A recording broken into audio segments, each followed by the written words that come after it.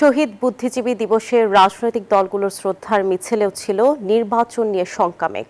BNP মহাসচিব মির্জা ফখরুল ইসলাম আলমগীর বললেন, যত বাধা আসুক কোনো ষড়যন্ত্রই আগামী নির্বাচনকে বাধাগ্রস্ত করতে পারবে না।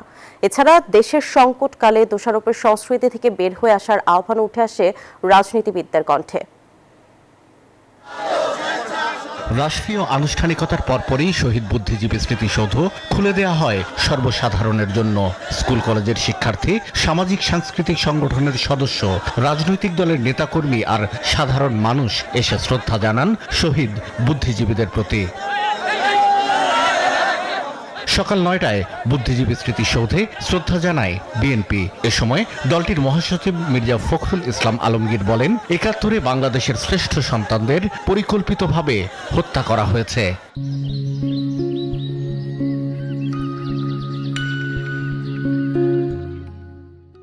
বিজয়ের পূর্ব মুহূর্তে মেধা শূন্য করে দেওয়ার গভীর চক্রান্ত ছিল।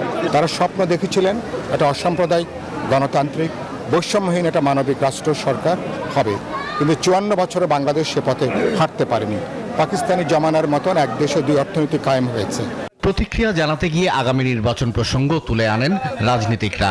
বলেন, জাতীয় নির্বাচনকে বানচাল করতে চলছে নানামুখী ষড়যন্ত্র।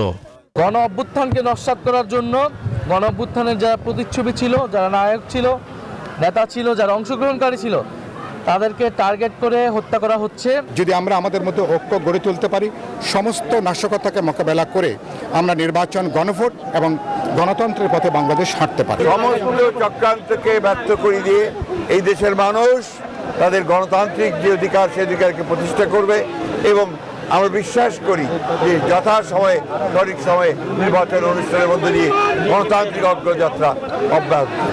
মিরপুরের পাশাপাশি রায়েরবাজার বৌদ্ধভূমিতেও শ্রদ্ধা জানিয়ে শহীদ বুদ্ধিজীবীদের স্মরণ করেন রাজনৈতিক নেতৃবৃন্দ। এই বাংলাদেশের রাজনীতি করতে হলে বাংলাদেশকে ধারণ করতে হবে।